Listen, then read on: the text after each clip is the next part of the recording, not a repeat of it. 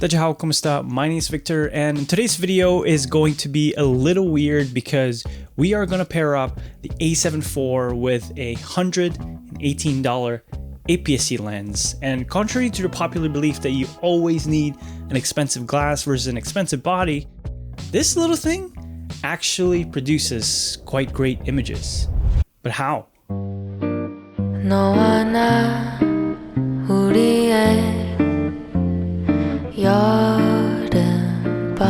This is the TTartisans 17mm 1.4 full manual APS-C lens. It's well built, has some weight to it, and it doesn't feel as cheap as the other competitors in this category. It has an aperture ring and its focus ring is smooth and solid. The only thing I don't like about this lens is the printed lens elements on the side, but it's a non-issue since you're using this lens to shoot, not to look good. Okay, so how do we get great footage from this? So let's start off with our very first problem, which is the vignette around the corners, because this lens is made for cameras such as the ZV-E10. But the beauty about this lens is that it almost covers the full frame sensor of the A7IV.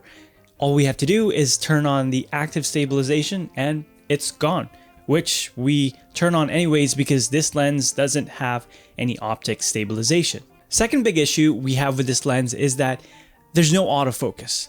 So the great Sony autofocus is unusable with this lens because this is a full manual lens. I actually count this as a learning tool because manual focus is one of the most crucial things we need as filmmakers. And if you move up to the production ladder anyways, or if you go on bigger shoots, you're gonna shoot with cinema lenses, cinema glass. And those require manual focus. They don't have autofocus. Either you or you're focus pulling for another camera operator or DP. And again, it's a really great asset to have in this industry. The look that this lens gives you is a combination of somewhat vintage vibe with a modern day touch to it. Again, like my old videos, this won't cover any super technical specs, and this is just my thoughts about this lens. And for a lens that is only a little over $100, I think this lens really packs a punch and it's actually fun to shoot with. All right, let's talk about image quality. For a $118 lens, this lens is decently sharp in the center and have creative characteristics around the corner. You can say that these are imperfections or it's not overly sharp with the whole image, but if you have seen my A7IV videos, I add these effects anyways, this look, to create a vintage filmic look to my videos. So getting this immediately from the get-go is amazing for me. Now, I wouldn't really use this lens on a corporate shoot or anything that requires clear and sharp images, but this is a lens for full creative projects.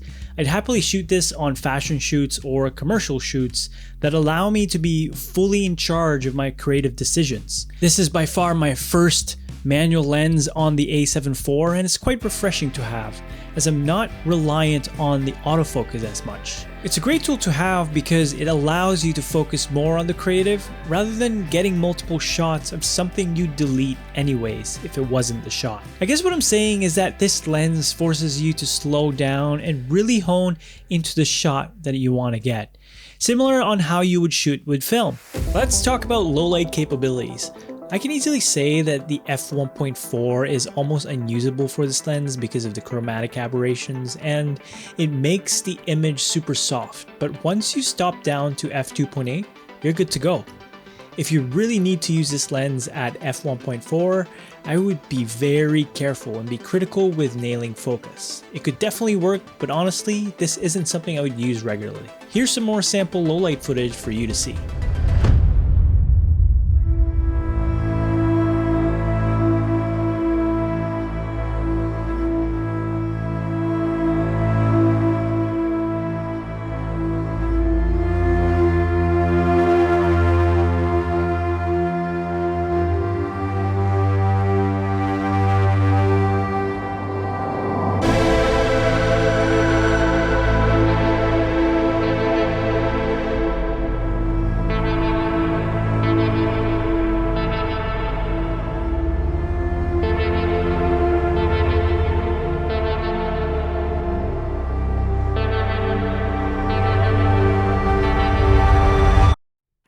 Let's talk about photography. This is by far the first lens I've taken photos with ever since I've gotten my A7IV. Kinda strange, but it's amazing how we can easily crop in and still retain good amount of info with the A7IV's 33 megapixel sensor. I think if I use this on the A7 III, the images would have less details, and it won't look as good as these if you had to crop in more than the lens coverage. To be honest, I didn't think I would crop in more in photos versus videos, but I guess this is because with photos, it's shooting with a 3:2 aspect ratio, which covers the full sensor, and only 16:9 on video. But really, the photos is where I want it to be.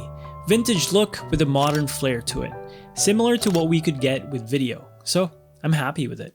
So, did we get good shots with this lens? Well, we absolutely did. I think so. And this lens might not be for that critical professional look, but with creative shoots or shoots that you have full creative control, I think you can get good images from this setup. Here are the giveaway winners from last week's videos. Congratulations to you guys, and email me here so that you can get your free S-Log3 LUT pack. I'm giving away this S-Log3 LUT pack every week, and all you have to do to win is comment down below what you think about this lens combo, and did we get good images or not. If you do want this LUT pack now, it's available in the link down below, and at 10,000 subscribers, we are giving away a camera. So stay tuned, and I'll see you guys in the next video. Peace.